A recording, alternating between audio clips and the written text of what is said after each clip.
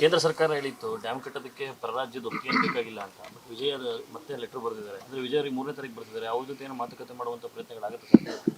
ಅದೇ ಈಗ ಮುಖ್ಯಮಂತ್ರಿಗಳು ಮತ್ತು ನಾವು ವಿಶಾಲ ಹೃದಯದಿಂದ ಅವ್ರನ್ನ ಬನ್ನಿ ಅಂತ ಹೇಳಿದ್ದೇವೆ. ಆದರೆ ನಮ್ಮ ರಾಜ್ಯದ ಹಿತಾಸಕ್ತಿಗೆ ಬಲಿ ಕೊಡೋಕ್ಕೆ ನಾವು ರೆಡಿ ಇಲ್ಲ. ಇರೋ ವಾಸ್ತವಾಂಶವನ್ನು ಅವ್ರ ಮುಂದೆ ನಾವು ಹೇಳ್ತೀವಿ. ನಮ್ಮ ಸರ್ಕಾರ ಕೂಡ ನಮ್ಮ ಮುಖ್ಯಮಂತ್ರಿಗಳು ಕೂಡ ಹೇಳ್ತಾರೆ. ಮೇಕೆದಾಟುವನ್ನು ಕಟ್ಟೋದಕ್ಕೆ ಬೇಕಾದಂಥ ಸಿದ್ಧತೆಗಳನ್ನು ನಮ್ಮ ಸರ್ಕಾರ ಈಗ ಆಲ್ರೆಡಿ ನಿನ್ನೆ ಕೇಂದ್ರ ಸರ್ಕಾರ DPRನ ವಾಪಸ್ ಕಳಿಸಿದ್ದಾರೆ. ಯಾಕೆ ಕಳಿಸಿದ್ದಾರೆ ಗೊತ್ತಿಲ್ಲ. ಇವತ್ತು ಎಲ್ಲ ಅಧಿಕಾರಿಗಳು ಚರ್ಚೆ ಮಾಡ್ತಾರೆ. ಆದೇಶ ಪರಿಷ್ಕೃತ DPR ಕೊಡಿ, ರಿವೈಸ್ ಮಾಡ್ತೀವಿ, ಇನ್ನು 50 ವರ್ಷದ್ದು ಪೂರ್ವಭಾವಿಯಾಗಿ ಬೇಕು ಅಂತ ಹೇಳಿದ್ದಾರೆ. ಆಯಿತು, ಓಕೆ, ಅದನ್ನು ನಮ್ಮ ಸರ್ಕಾರ ನೋಡ್ಕೊಳುತ್ತೆ. ಪರಿಷ್ಕೃತ DPRನ್ನು ಕೊಡ್ತೀವಿ. ವಿಜಯ್ ಅವ್ರು ಬಂದಾಗಲೂ ಕೂಡ ಮನವರಿಕೆ ಮಾಡಿಕೊಡ್ತೀವಿ. ನಾವು ನಮ್ಮಲ್ಲಿ ನೀರಿಲ್ಲ, ನಮ್ಮ ಮುಖ್ಯಮಂತ್ರಿ ಆಲ್ರೆಡಿ ಹೆಲಿಕಾಪ್ಟ್ರಲ್ಲಿ ಕರ್ಕೊಂಡೋಗಿ ತೋರಿಸ್ತೀವಿ ಅಂತ ಹೇಳಿದ್ದೀವಿ. ನೋಡೋಣ, ಅವರು 3ನೇ ತಾರೀಕು ಬಂದ ಮೇಲೆ ಏನೇನು ಆಗ್ತದೆ ಅಂತ ನೋಡೋಣ. ಮನವಿ ಮೀಡಿಯಾ ಮುಖಾಂತರ ಮಾಡ್ಬೋದು. ನಾಳೆ ಬರೋದಕ್ಕೆ ಈಗಲೇ ನಾವು ಅಪಾಯಿಂಟ್ಮೆಂಟ್ ಕೊಡಿ ಅಂದರೆ ಪ್ರಧಾನಮಂತ್ರಿ ಆಫೀಸಿಂದ ಕೊಡಲ್ಲ. ಇರೋ ವಾಸ್ತವಾಂಶ ಮಾತಾಡೋಣ. ನಾವು ಸುಮ್ಮನೆ ಯಾರೋ ಮಂತ್ರಿ ಬಂದವ್ರನ್ನ ಹೋಗಿ ಏರ್ಪೋರ್ಟಲ್ಲಿ ಭೇಟಿ ಮಾಡಿ ಕೊಡ್ತೀವಿ ಅನ್ನೋ ಥರ ನಾವು ಏನೋ ಮಾತಾಡೋದಕ್ಕಾಗಲ್ಲ. ಪ್ರಧಾನಮಂತ್ರಿಗಳು ಈ ಪರಿಸ್ಥಿತಿಯಲ್ಲಿ ನಮ್ಮ ಮುಖ್ಯಮಂತ್ರಿಗಳಿಗೆ ನಾನು ಮಧ್ಯಾಹ್ನ ಹೋದ್ಮೇಲೆ ಮನವಿ ಮಾಡ್ತೀವಿ. ನೀವು ಹೆಂಗೋ ಬರಮಾಡ್ಕೊಳ್ಳೋದಕ್ಕೆ ನೀವೇ ಇರ್ತೀರಲ್ಲ, ನೀವು ಸಂದರ್ಭ ಸಿಕ್ಕಿದ್ರೆ ಅವ್ರಿಗೆ ಕಾವೇರಿ ವಿಚಾರನ ಮನವರಿಕೆ ಮಾಡಿಕೊಡಿ ಅಂತ ನಾನು ಮುಖ್ಯಮಂತ್ರಿಗಳಿಗೆ ಹೇಳ್ತೀನಿ. ಆದರೆ BJP ಅವ್ರಿಗೆ ಅದು ಅನುಕೂಲ ಇದೆ. ಅವ್ರು ಪ್ರೈಮ್ ಮಿನಿಸ್ಟ್ರು ಬಂದಾಗ ಲೈನಪ್ಪಲ್ಲಿ ರೋಸ್ ಕೊಡೋದು, ಹಾರ ಕೊಡೋದು ಇರ್ತದಲ್ಲ, ಅವಾಗ ಹೇಳಲಿ ಅಂತ ನಾವು ಹೇಳೋದು. ಸರ್, ಎಲ್ಲ ಸರ್ಕಾರಗಳಿದ್ದಾಗಲೂ ಇಂಥದ್ದೇ ಪರಿಸ್ಥಿತಿ ಎದುರಿಸಿರ್ತಾರೆ. ಸರ್ವಪಕ್ಷ ಸಭೆಯಲ್ಲಿ ಏನು ಮನವಿ ಮಾಡ್ತೇವೆ ಸರ್ವಪಕ್ಷಗಳಿಗೆಲ್ಲ ಇಂಥ ಸಂದರ್ಭದಲ್ಲಿ? ಅಲ್ಲ, ಈಗ ತಮಿಳ್ನಾಡವರು ಹೇಗೆ ಒಗ್ಗಟ್ಟಾಗಿ ಹೋರಾಟ ಮಾಡ್ತಾರೆ ರಾಜ್ಯದ ಹಿತಾಸಕ್ತಿ ಬಂದಾಗ, ಹಾಗೆ ನಮ್ಮ BJPಯವರು ಈ ಕ್ಷುಲ್ಲಕ ರಾಜಕಾರಣ ಮಾಡೋದು ಬಿಟ್ಟು, ನೀವು ಸರಿಯಾಗಿ ಅಲ್ಲಿ ವಾದ ಮಾಡಲಿಲ್ಲ, ನೀವು ಇದಿಲ್ಲ ಅದಿಲ್ಲ ಅನ್ನೋದು ಬಿಟ್ಟು, ಇಂತಹ ರಾಜ್ಯದ ನಾಡು ನುಡಿ ನೀರು ಅಂತ ಬಂದಾಗ ಅದು ಯಾವುದೇ ಸರ್ಕಾರ ಇರಲಿ, ಈಗ ನಮ್ಮ ಈ ಆಳುವ ಸರ್ಕಾರದ ಪರ ನಿಂತ್ಕೊಂಡ್ಬಿಡ್ಬೇಕು. ಸರ್, ನಿಮಗೆ ನಾವೆಲ್ಲ ಬೆಂಬಲ ಕೊಡ್ತೀವಿ, ನಮ್ಮ ನೀರನ್ನ ಉಳಿಸಿ ಅನ್ನೋ ಥರ ನಿಲ್ಲಿಸ್ಕೋಬೇಕು.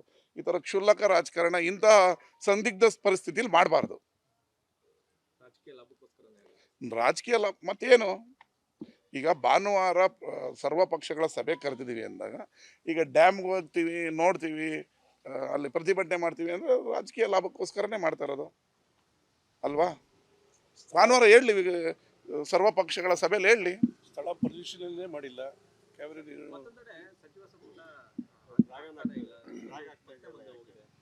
ಹಂಗೇನಿಲ್ಲಲ್ಲ. 1 ತಿಂಗಳು ಯಡಿಯೂರಪ್ಪನವರು ಏಕಮೇವ ಜಯತೆ ಅನ್ನೋ ಥರ ಯಡಿಯೂರಪ್ಪನವ್ರು ನೆನ್ಕೊಳ್ಳಿ. 1 ತಿಂಗಳು ಯಡಿಯೂರಪ್ಪನವ್ರು ಒಬ್ಬರೇ ಮುಖ್ಯಮಂತ್ರಿ ಇದ್ದರು. ಕ್ಯಾಬಿನೆಟ್ಟೇ ಇರಲಿಲ್ಲ. ಅಧಿಕಾರಿಗಳ ಜೊತೆ ಕ್ಯಾಬಿನೆಟ್ ಮಾಡ್ತಾಯಿದ್ರು. ನಮ್ಮಲ್ಲಾದರೂ 14 ಜನ ಇದ್ದಾರೆ. ಅಲ್ಲಿ ಏನಾಗಿದೆ, ಕೇಂದ್ರದಲ್ಲಿ ಭಾಳ, ಲೋಕಸಭೆಯಲ್ಲಿ ಭಾಳ ವಿಚಾರಗಳು ಚರ್ಚೆಗೆ ಬಂದಿದೆ. ನಿನ್ನೆ ಮಹಿಳಾ ಬಿಲ್ ಮಂಡನೆ ಆಗಿದೆ. ಅದರಲ್ಲಿ ನಮ್ಮ ನಾಯಕರುಗಳು ಮಲ್ಲಿಕಾರ್ಜುನ್ ಖರ್ಗೆ ಅವರು, ರಾಹುಲ್ ಗಾಂಧಿ ಅವರು ಬ್ಯುಸಿ ಇದ್ದಾರೆ. ಆಯಿತು, ಮಾಡ್ತೀವಿ ಅಂತ ಹೇಳಿದ್ರು. ಬರೋವಾರ ಯಾವುದೇ ಟೆನಿಕಾಸ್ಟ್ ನಮ್ಮದು 13ನೇ ತಾರೀಕಿಂದ ವಿಧಾನಸಭೆ ಇದೆ. ಅದಕ್ಕೆ ಮುಂಚೆ ಅಂತೂ 100% ಆಗುತ್ತಲ್ಲ. ಯಾವ ಥರ? ಯಾರು ಹೇಳಿದ್ರು ಭೇಟಿಗೆ ಅವಕಾಶ ಸಿಕ್ಕಿಲ್ಲ ಅಂತ? ಯಾರು? BJPಯವ್ರಿಗೆ ಇದೇ ಟೀಕೆ ಮಾಡೋದೇ ತಾನೇ ಕೆಲಸ. ಬೇರೆ ಏನೋ ಐತಾ ಕೆಲಸ? ಏನನ್ನ ಇದ್ರೆ ಹೇಳ್ಬೋದು. ಟೀಕೆ ಮಾಡೋದೇ ಕೆಲಸ ಅಲ್ವಾ? ಅದು ಏನು ಇಟ್ಕೊಂಬರ್ಬೇಕಾಗಿತ್ತು? ಅದು ನಮ್ಮ ಪಕ್ಷದ ಆಂತರಿಕ ವಿಚಾರ. ನಮ್ಮ ಪಕ್ಷದ ಆಂತರಿಕ. ಅವರು ಈ 1 ತಿಂಗಳು ಬರೀ ಯಡಿಯೂರಪ್ಪನವರೇ ಮುಖ್ಯಮಂತ್ರಿಯಾಗಿ ಉಳಿದಿದ್ರು. ಅವಾಗ ಯಾಕೆ ಕೇಳಲಿಲ್ಲ? ಆಯ್ತು, 14 ಜನ ಇದ್ದಾರಲ್ಲ, ಏನು ಇಲ್ಲದೇ ಏನು ಇಲ್ವಲ್ಲ, 14 ಜನ ಇದ್ದಾರೆ. ನೆಕ್ಸ್ಟ್ ವಾರದಲ್ಲಿ ಪ್ರಮಾಣ ವಚನ ಅಂತೂ ಸ್ವೀಕರಿಸ್ತಾರೆ. ನಿಮ್ಮನ್ನೆಲ್ಲ ಕರೆದೇ ಅಲ್ವಾ ನಾವು ಮಾಡೋದು? ಅವ್ರನ್ನೂ ಕರಿತೀವಲ್ಲ, ಆದರೆ ಅವ್ರು ಬರಲ್ಲ, ಏನು ಮಾಡೋದು? CWMA ಬಳಿ ವಾಸ್ತವ ಪರಿಸ್ಥಿತಿನ ಅರಿವು ಮಾಡಿಸ್ಕೊಡೋದು ಎಡವಿದೆ ಅಂತ BJP. ಹೌದು, ನಾವು ಎಡವಿದ್ದೀವಿ. ಹಂಗಾರೆ ಕೇಂದ್ರ ಸರ್ಕಾರ ಅವರ ಸಂಸದರೆಲ್ಲ ಇದರಲ್ಲ, ಅವರಿಂದ ಒಂದು ನಿಯೋಗ ತಗೊಂಡೋದ್ರೆ ಏನು ಬೇಡ ಅನ್ನಲ್ಲಲ್ವಾ? ಸುಮ್ಮನೆ ಈ ಥರ ಉಡಾಫೆ ಮಾತುಗಳು, ಈ ಥರ ಉಡಾಫೆ ಮಾತುಗಳು ಆಡೋದು ನಾವು ಯಾಕೆ ಎಡವ್ತೀವಿ? ಇರೋ ವಾಸ್ತವಾಂಶವನ್ನು ನಾವು ಬಿಚ್ಚಿಡ್ತೀವಿ, ಹೌದಲ್ವಾ? ಆದರೂ ಈ ಕಾವೇರಿ ನಿಯಂತ್ರಣ ಪ್ರಾಧಿಕಾರ, ಕಾವೇರಿ ನ್ಯಾಯಮಂಡಳಿ ಏನು ಡೆಲ್ಲಿಯಲ್ಲಿ ಯಾವಾಗಲೂ ನಮ್ಮ ಕರ್ನಾಟಕದ ವಿರುದ್ಧನೇ ಬರುತ್ತೆ. ಅಲ್ಲಿನ ಅಧಿಕಾರಿಗಳು ತಮಿಳುನಾಡಿನ ಪರ ಇರೋದ್ರಿಂದ ನಮಗೆ ಯಾವಾಗಲೂ ಅದ್ರ ವಿರುದ್ಧ BJP ಅವರು ಇದ್ದಾಗಲೂ ವಿರೋಧ ಬಂದಿದೆ, ಜನತಾದಳದವರು ಇದ್ದಾಗಲೂ ಬಂದಿದೆ, ಕಾಂಗ್ರೆಸ್ ಇದ್ದಾಗಲೂ ಬಂದಿದೆ. ಕೇಂದ್ರದ ನಿಯಂತ್ರಣ ಪ್ರಾಧಿಕಾರ ಎಲ್ಲಿ ಯಾವಾಗಲೂ ಇರ್ತದೋ, ಮೇಲ್ಗಡೆ ಕಾಂಗ್ರೆಸ್ನ ಸರ್ಕಾರ ಇದ್ದಾಗಲೂ ಈ ಪ್ರಾಧಿಕಾರಗಳಲ್ಲಿ ಇದ್ದಾಗ ಉಲ್ಟನೇ ಬಂದಿರೋದು. ಈ BJP ಇದ್ದಾಗಲೂ ಬಂದಿದೆ. ಆದರೆ ಇದಕ್ಕೆಲ್ಲ ಪ್ರಧಾನಮಂತ್ರಿಗಳ ಮಧ್ಯಸ್ಥಿಕೆ ವಹಿಸಿದ್ರೆ ಮಾತ್ರ. ಒಂದ್ಸರಿ ಮನಮೋಹನ್ ಸಿಂಗ್ ಅವರು ಜಯಲಲಿತಾ ಅವ್ರನ್ನ ಕರ್ನಾಟಕದವ್ರನ್ನ ಕರೆದು ಮಧ್ಯಸ್ಥಿಕೆ ವಹಿಸಿ ಕರ್ನಾಟಕದಲ್ಲಿ ನೀರಿಲ್ಲ ಅನ್ನೋದನ್ನ ಮನವರಿಕೆ ಮಾಡಿಕೊಟ್ಟಿದ್ರು.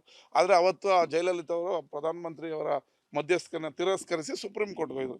ಇವತ್ತು ನರೇಂದ್ರ ಮೋದಿ ಅವರು ಹೆಂಗೂ ಕರ್ನಾಟಕ ಬರ್ತಾ ಇದ್ದಾರೆ, ನಾಳೆ ಹಾಗೆ ಒಂದು ನಿಮಿಷ ಎಲ್ಲ ನೋಡ್ಕೊಂಡು ಹೋಗಿ ಮಧ್ಯಕ್ಕೆ ವಹಿಸಿ ಎರಡೂ ರಾಜ್ಯಗಳ ಪರಿಸ್ಥಿತಿಯನ್ನು ಮನವರಿಕೆ ಮಾಡಿಕೊಂಡು ನಮಗೆ ನ್ಯಾಯ ಕೊಡಿಸ್ಬೇಕು ಅಂತ ಕೇಳ್ತೀನಿ.